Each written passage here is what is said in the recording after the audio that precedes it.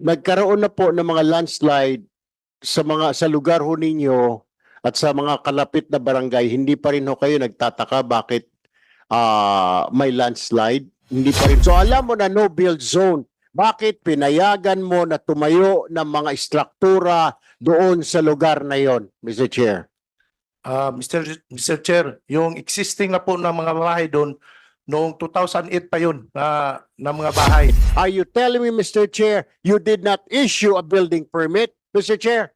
Yes, Your Honor, wala akong binigyan dyan na building permit. Wala ka binigay mo o hindi mo binigay? Ano ba talaga? Binigay mo o hindi mo binigay? Binigay ko, Your Honor, sa... Okay, sandali lang, Mr. Chair. If you would allow me, I will ask this barangay captain. May nagsisinungaling dito eh. Yes. Alam nyo, walang laman yung kulungan namin sa baba. Maglalagay ako ng tao ngayong araw na ito for contempt for lying in this committee. Now, you tell me, barangay chairman, binigyan ka ba o hindi ng notice nitong mayor, Mr. Chair? Do not lie. Huli ka. Huli ka, Balbon, sa ginagawa mo kalukuhan.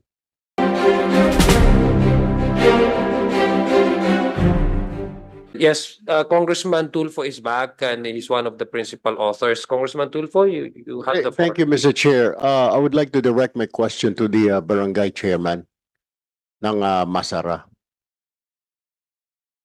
Mr. Chairman, alam niyo ho na yung barangay ninyo is no build zone, right? Because that was stated by the MGB, right? Alam niyo ho yun na no build zone yung barangay ninyo. Is that correct? Narinig ko lang po yun, pero wala akong hinahawakan na dokumento. Narinig mo. So hindi ho ninyo nagkaroon na po ng mga landslide sa lugar ho ninyo at sa mga kalapit na barangay, hindi pa rin ho kayo nagtataka bakit may landslide? Hindi pa rin ho kayo gumawa ng mga precautionary measures? Hindi ho kayo nagtanong sa munisipyo? Kasi sabi po ng MGB, nabigyan nila every year, binibigyan nila ng report ang munisipyo. Hindi ho kayo binigyan ng munisipyo, Chairman? Mr. Chair, 2009 po hanggang 2013, hindi pa ako yung naglilingkod bilang punong barangay. And then, pag-assume ko ng office po ng 2013, wala pa akong hinahawakan na dokumento doon ng no build zone. Rinig-rinig lang. Nang dumating yung 2017, doon pa ako nakahawak ng dokumento na no build zone. In short, Chairman, Mr. Chair, merong kayong alam na no build zone yung iyong barangay. Tama po ba, Mr. Chair? Tama yun po, Mr. Chair, pero wala akong hinahawakan na papel at saka yung mga... Pero, hindi, Mr. Chair, sinabi ho ninyo na 2017, alam nyo na ho na no build zone yung lugar ninyo. Paano nyo nalaman na no build zone yon? Kasi yun na ang... ano na kami yun ng Mr. Chair na paralan para reopen for temporary. At doon na nakita ko yung dokumento po. Anong dokumento yung nakita mo, Mr. Chair? Anong dokumento yung nakita mo na no build zone? Yung bigay ng MGB po na 2008 po, 2008 pa. 2008 pa. Okay. So ang tanong ko, balikan ko, dahil sinabi mo kanina, hindi mo alam, etc., na no build zone yon. Ngayon, sinasabi mo na no build zone. So alam mo na no build zone, bakit pinayagan mo na tumayo ng mga istruktura doon sa lugar na yon, Mr. Chair? Mr. Chair, yung existing na po ng mga bahay doon, noong 2008 pa yun na mga bahay. Andun na yun na hindi nasalanta, hindi nasali sa nasalanta. Okay. Mr. Chair, hindi ka ba nagtaktaka kung bakit may mga bahay doon? Hindi ka ba nagtanong sa munisipyo bakit may bahay po rito? Mr. Chair, At na-inform nyo ho ba, Mr. Chair, yung mga tao na delikado itong kinalalagyan ng bahay ninyo, Mr. Chair? Mr. Chair, nung inuulit ko po, 2009 po, dahan-dahan nang bumalik na ang mga tao na hindi pa ako naglilingkod bilang isang punong barangay. Nang nag-assume ako ng 2013 po, marami na pong tao doon at may mga bahay-bahay na rin. Okay, Mr. Chair, I will direct my question out to MGB. MGB, kailan ho ninyo binigay yung no-build zone na warning sa barangay, sa local government? In 2008, Mr. Chair. 2008, okay. Where's the mayor of Mako? Your Honor. Kayo ho yung mayor. Yes. Ano ho nangyari na meron pala 2008 pa na sinasabi no build zone? Bakit to pinayagan na magpatayo ng bahay doon sa lugar na yon, Mr. Chair? Your Honor, hindi ko pinayagan. In fact, by virtue of the findings and observation, then may recommendation na kailangan i-relocate yung mga tao doon sa highly susceptible sa mass movement. Nagpasa agad tayo ng resolution for the immediate relocation ng mga tao sa considered as permanent relocation site doon sa isang barangay, sa barangay Kinuban. That was Mayor, can you speak 2008. louder? Merong ko problema ako, personal, meron akong problema sa pandinig. Pasensya na. Pero bata pa ako. 2009 may pinasa kami na resolution by virtue of that yung recommendation ng MGB, yung geohazard assessment nila. So Ah. 2009 Your Honor. Mr. Chair, 2009 meron kayong resolution na no build zone. Bakit may mga bahay na nagsisitayuan doon, Mr. Chair? Actually nilipat namin, and then meron din I think during sa remaining term ko as municipal mayor, that barangay, specifically yung zone 1, naging ghost area yan, ghost barangay. No, Mr. Chair. Malinaw ho ang tanong ko sa iyo, Mayor, bakit natayuan pa ng bahay yung lugar na yan na no build zone? 2009 pa pala sinasabi ng MGB na no build zone yan. Bakit may bahay? Hindi po magtatayo ng bahay doon, Mr. Chair, kung hindi mo binigyan ng mga building permit, ng mga bahay, ng mga eskwelahan, ng mga kung ano-ano pa, barangay hall, kung wala kayong binigyan ng building permit. Are you telling me, Mr. Chair, you did not issue a building permit, Mr. Chair? Yes, Your Honor, wala akong binigyan dyan na building permit. Wala kang binigyan na building permit, Mr. Yes, Chair. yes, Pero Your Honor. hindi mo na monitor na nagtatayuan na ng bahay sa lugar na yon? Wala kang report, wala kang tao, hindi nagre-report ng barangay captain mo na mayor, may nagtatayo po ng bahay dito sa no build zone. Actually, kasama na yan sa kuan Your Honor, yung sa pre-disaster management. Kaya nga, Permission. Mr. Chair, wala kayong ginawa ni Mayor, ni Chairman, ng office mo na may mga bahay na nagsisitayuan doon despite the fact na may sabi na ang MGB na bawal magtayo and hinayaan lang ninyo, hinayaan ng office mo, hinayaan ni Barangay Chairman. Your Honor, may marching order ako niyan. We have to strictly comply and follow the recommendation na no build zone yung Meron ho ba, Mr. Chair, kayong ebidensya na may binigay kayo na instruction, communication sa barangay chairman dahil magiging responsibilidad ng chairman yon o ng inyong office of the engineering department, Mr. Chair? As far as I could recall, Your Honor, may mga series of issuances din ako by virtue of the geohazard assessment ng MGB. Mr. Chair, can you submit that issuances? Is that written or is that just verbal issuances? Black and white na, Your Honor. Can you submit that in this committee? We want to see that as of now, issuances that you're talking about, Mr. Chair. As of now, Your Honor, tanungin ko muna kung itong mga kasama ko with regards to that dahil kailangan pa-retrieve ko, sorry. Pero- Mayor, pasensya ka na. Pangalawang committee hearing po natin ito. Ito pong mga tanong sa iyo is pabalik-balik. Nung last po na nag-committee hearing tayo, tinanong din ho ito, hindi lang ho ni Congressman Erwin Tulfo, pati na rin itong representation, marami din po kami nagtanong. So dapat naidala nyo na po, kasi yun lang pong pandepensa ninyo eh. Lahat po nagsasalita dito, always po sa local government. Sana dinala ninyo.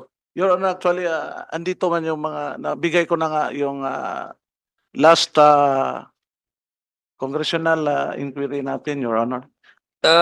Yeah, with the indulgence of Congressman Tupo, we are indeed in receipt of resolution that the Sangguniang Panlalawigan adopted, but this is pertaining to the reopening of the elementary school in Zone 1, which is actually declared as a geohazard. Ang tanong po ni Congressman Erwin Tulfo sa inyo ay pagdating po doon sa mga building of residence doon sa area na iyon. Kasi ang tanong po kanina kay Barangay Chairman ni Congressman Erwin is, bakit mo hinayaan? Ang sabi po ni Barangay Chairman, wala po akong nakikitang notice from NGB, wala po akong nakikitang off limits, naririnig-rinig ko lang. So binalikan po kayo ni Congressman Erwin Tulfo. At ang sabi po ninyo ay meron po kayong issuances ng mga notice na no, ano yan, off limits yan, no building zones. Kaya nga po, request namin, ano po yung mga issuance na yan? Meron po kayong papel. Your Honor, I believe yung mga issuances is dahil kung ano yung ma-receive ko from the MGB as municipal mayor, i-furnish ko agad sa 37 barangays ng municipality of Mako. Mr. Chair, so are you telling me na binigyan mo siya si barangay captain ng Masara ng issuances ng notice na no build zone? Nakatanggap siya. That's my assumption, Your Wag mo sabihin assumption. Either binigay mo o hindi mo binigay. Ano ba talaga? Binigay mo o hindi mo binigay? Binigay ko, Your Honor, sa Okay, sandali lang Mr. Chair. If you would allow me, I will ask this barangay captain. May nagsisinungaling dito eh. Yes. Alam nyo, walang laman yung kulungan namin sa baba. Maglalagay ako ng tao ngayong araw na ito for contempt for lying in this committee. Now, you tell me, barangay chairman, binigyan ka ba o hindi ng notice nitong mayor, Mr. Chair? Bago ko kayo with indulgence of Erwin Tulfo, I would like to remind our resource persons, you have taken your oath. And your testimony here could be treated as your affidavit. And those who are to be found lying can be cited in contempt. Kasi perjury po yan. So tama po yung sinabi. Just, I want to, please make sure that your recollection is correct. Otherwise, may contempt power po ang committing it. Ayaw natin magpadala ng tao doon sa detention. So, Barangay Captain, please respond to Congressman Tulfo. Mr. Chair, sa totoo lang po, wala pa talaga akong natanggap. Wala kang natanggap Galing po kay Mayor. na kay mayor na issuances. Yes po. Sigurado ka. Yes po, Your Honor. Thank you, Mr. Chair. Mayor, Mr. Chair, wala raw natanggap si barangay chairman mo ng issuances sa sinasabi mo. Mayor, nung unang hearing pa lang, hindi ka puro hindi sigurado. Ngayon, hindi pa rin sigurado. Pangalawang hearing na natin. Now you tell me, may binigay ka ba o hindi? Huwag mo sabihin nakakalimot dahil hindi ubrang kalimot. Bata ka pa naman, Mr. Chair. ang assumption ko dito, Your Honor. No, don't give me the assumption, Mr. Chair. I want a clear and concise answer because buhay po ang pinag-uusapan natin dito. 100 plus ang nawala.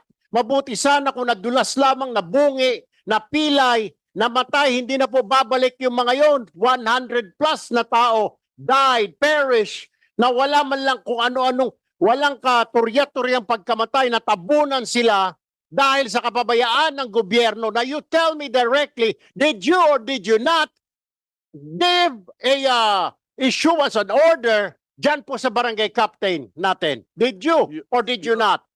Your Honor, I mean yung inherent function ng barangay at saka when I receive advisory from the FGB, so yun ang Mayor, bigyan niyo Inatas kami po ng sa- papeles na meron ho Yes. kayong meron ho kayo. Please, Comsec, can you confirm, can you please send Can you send somebody to approach the mayor and take hold of that? The pages. Oo. Dapat may receipt. Receipts then from the office. Tama sa barangay. Kung barangay office na rin yung mga ano sila binasa. Your Honor, copy furnish. Yes, please yung- continue. Yes. Your Honor, copy furnish yung all barangays ko, yung 37 na barangays ko.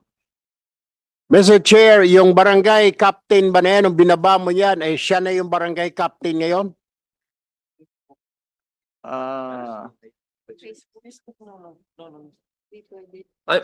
We don't indulge in- Iris na yun. Mayor, wait lang po ah. Yes. Screenshot ho ito eh. Sa Facebook, mga advisory ito ng OCD. Yung ano nyo. We cannot accept this, Mayor. Ang kailangan ho namin ay may receipt, acknowledgement ang barangay, signed by you, maybe in a form of a resolution, maybe. May stamp na na-receive ng barangay, hindi lang ang barangay, but the secretariat. But this is, my goodness, Mayor, this is the presentation of OCD. My God. Your Honor, Wait, asan ba dito? Are you, Your Honor, if I may, pwede ba mabigyan ng panahon yung MDRRMO ko? Andito. No. Mayor, sorry ah. Kasi lahat ilang oras na po tayo nag-uusap-usap dito. Narinig niyo nga po si Congressman Rufus kanina. It's a political will. Naisip po namin na kaya nagkakaroon ng ganitong klaseng landslide, trahedya na may namatay. Tama nga po yung sabi ni Congressman Erwin Tulfo. Ako, okay lang sa akin kung building lang ang nasira. Anyway, public funds yan. Pwede naman yan ponduhan ulit. Pero paano ponduhan yung namatay na? Kaya nga po, sabi namin, at the very least, Mayor, may negligence sa part nyo. You prove us wrong. This is your opportunity to prove us wrong. Now, I ask you if you can provide us the copy of your issuances. You gave me a presentation of NDR OCD. My goodness, Mayor. Niloloko mo ba kami, Mayor? Sorry, hindi ako pero my goodness, how? Yun ang presentation ng OCD eh. Congressman Tulfo, what is your pleasure? Mr. Chair, sa tingin ko, nagsisinungaling ito si Mayor. You know, Mayor, ginagawa mo kami mga bata, ito mga mambabatas dito, pag pinagsama-sama yung aming mga kaalaman, Sir, halatang-halata nagsisinungaling ka at niloloko mo itong komite na ito. Do not force us to send you to the detention facility. Unless kung may dala ka na ng mga damit, toothbrush, katwalya, pwede na. Malinis naman yung kwarto namin, may aircon din, papakainin ka namin dito, may may security guard ka pa. So you tell us, wag mong sabihin na nagbigay. This is unacceptable. Tama po sinabi ng chairman ho namin, yung sinasabi mong issuances, Facebook, nasa probinsya ho kayo, karamihan ng tao, walang mga Facebook, walang mga internet, walang mga kuryente. Paano kung hindi nagbabasa ng Facebook? Paano kung walang Facebook yung tao na yon? Tapos you rely, tapos sa kuwan pala yun, sa OCD, nanggaling hindi sa'yo. Then sasabihin mo may resolution ka. Where the hell is the resolution? Nasaan? You cannot provide a resolution, right? Kasi wala. Wag mo akong sabihan, wag mo kaming sabihan na gumawa ka ng resolution, board resolution. Dahil wala kang ginawang resolution. Sabihin mo na lang na wala po akong ginawa. Mas gusto ko pang marinig, pinabayaan ko pong magtayo ng bahay doon. Wala ka ng lusot kahit saan ka pumunta, huli ka eh. Sasabihin mo resolution? Facebook is not a resolution, for heaven's sake. Hindi resolution yan. Bisa OCD yun eh. Announcement nila yun sa Facebook nila. Paano sabihin nyo na resolution mo? Dahil pag sinabi mo yun na resolution mo, idediretso na kita. Sasabihin ko sa Sergeant at Arms namin, ikulong ka na sa baba. Do not lie. Huli ka. Huli ka, Balbon, sa ginagawa mo kalukuhan. You lied. You're under oath and you lied. Mr. Chair, I leave that to you. Yes.